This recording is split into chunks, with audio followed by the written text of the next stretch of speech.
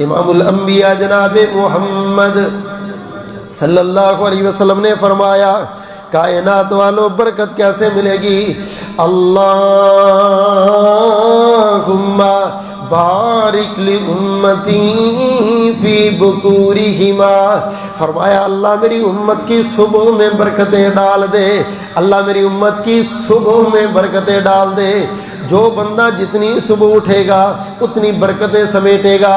اللہ کی قسم تہجد پڑھنے والے بڑے خوش نصیب ہیں، راتوں کو اٹھنے والے بڑے خوش نصیب ہیں، وقت پہ کاروبار پہ جانے والے بڑے خوش نصیب ہیں، پہلے وقت میں اللہ ذوالجلال کے راستے میں جانے والے بڑے خوش نصیب ہیں۔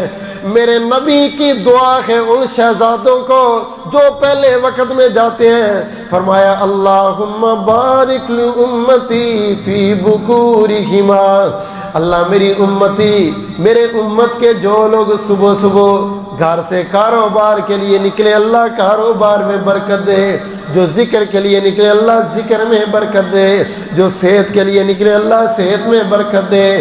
میرے نبی نے اپنے ہر امتی کو دعا دی، جو امتی صبح صبح نکلے گا۔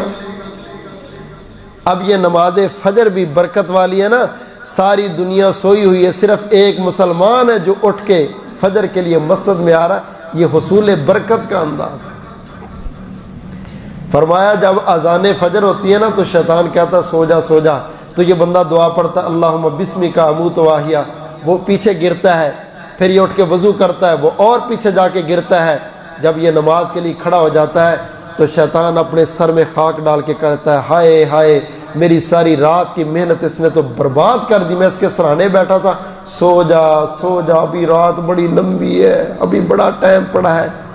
اس نے اٹھ کے نماز فجر پڑھ کے میرے سر میں خاک ڈال دی۔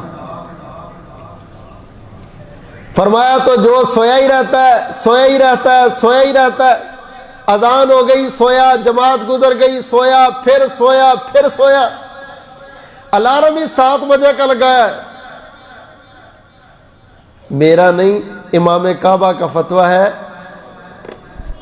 شیخ الصالح العثیمین مفتی ہیں سعودی عرب کے، وہ کہتے ہیں جس بندے نے الارم 7 بجے کا 8 بجے کا لگایا نا صبح اٹھنے کے لیے، یہ بندہ دائرہ اسلام سے خارج ہے، کیونکہ اس کی فجر پڑھنے کی نیت ہی کوئی نہیں۔